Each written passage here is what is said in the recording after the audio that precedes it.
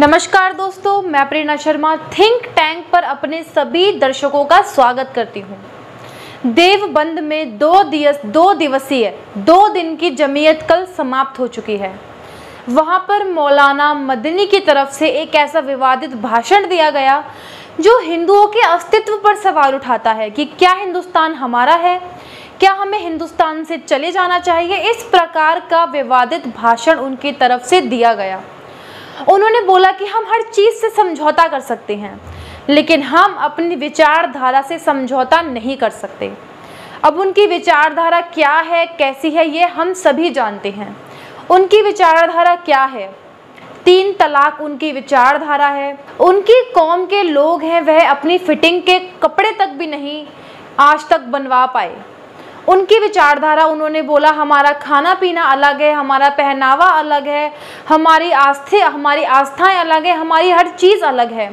यदि तुम्हें हमसे परेशानी है तो आप कहीं और जाकर रह सकते हैं।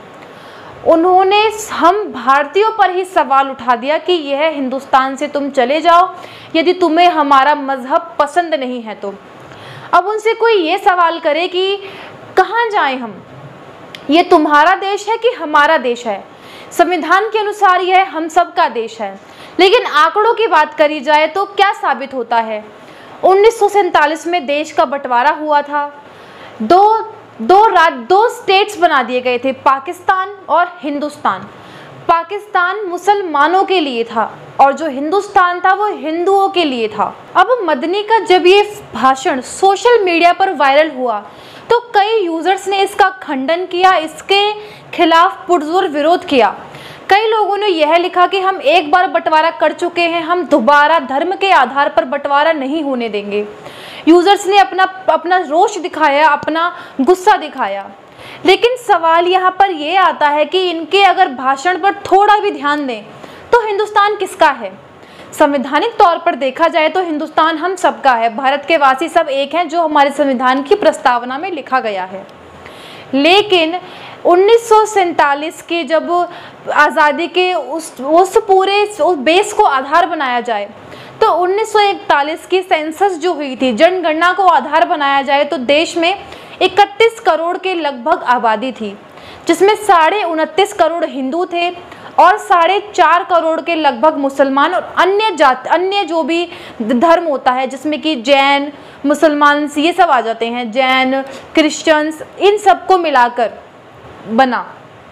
अब 29.5 करोड़ हिंदू और 4.5 करोड़ मुसलमानों के आधार पर जनगणना हुई।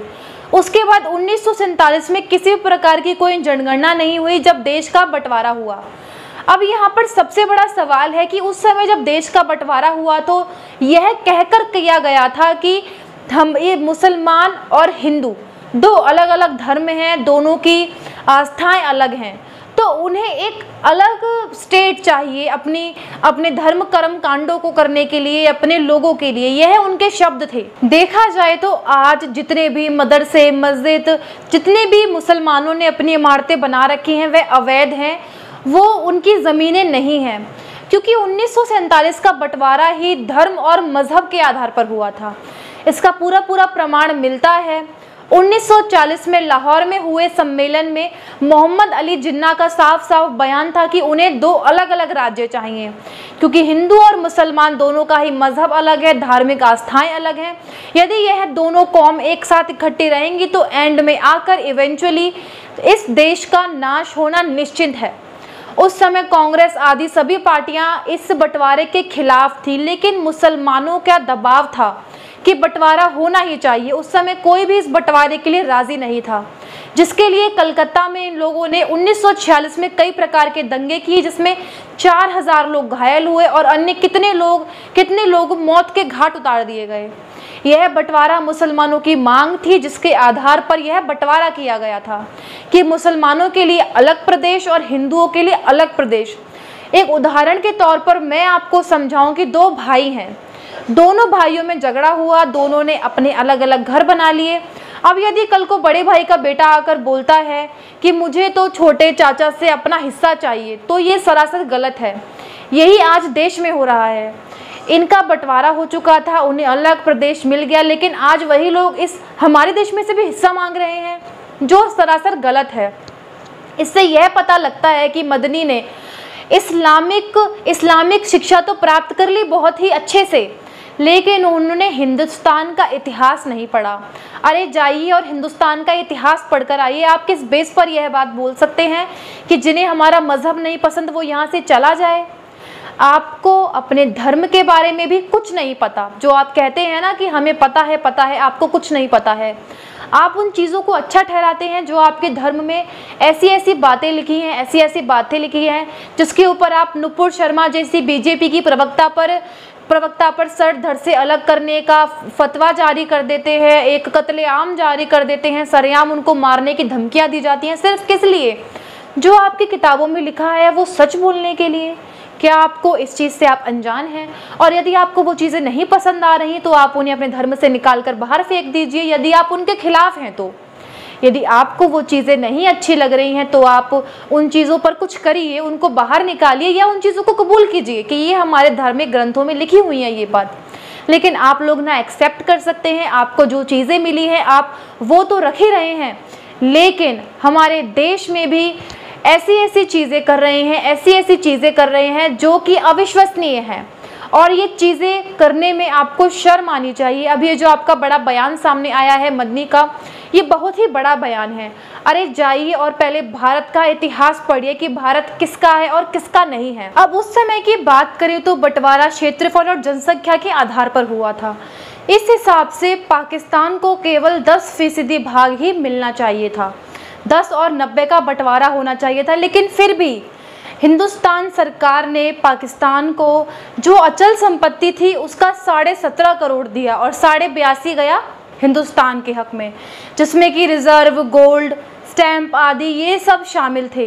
इसके अलावा चल संपत्ति में स्टेशनरी, पेपर, स्टैंप, हर चीज़, बुक्स, सरकारी कुर्सी, टेबल, इन सब का बंटवारा हुआ।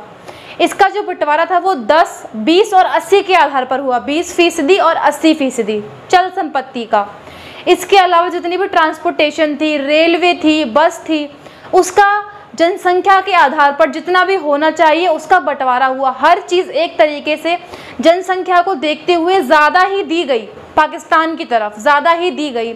लेकिन अब वह फिर से अपना हक मांग रहे हैं। ये जायज़ बात नहीं है, क्योंकि संविधान के नज़र में यह भारत सबका देश है। लेकिन 1947 में मुसलमानों के ही दबाव पर देश का बंटवारा हुआ था, वो भी केवल धर्म के आधार पर। और आज भी उसी धर्म को मोहरा बनाकर हमारे देश का बंटवारा किया जाने की साजिश चल रही है। ये चाहते हैं कि 1947 की तरह आज भी हमारे देश का धर्म के आधार पर बंटवारा हो, जो कि हम नहीं होने देंगे।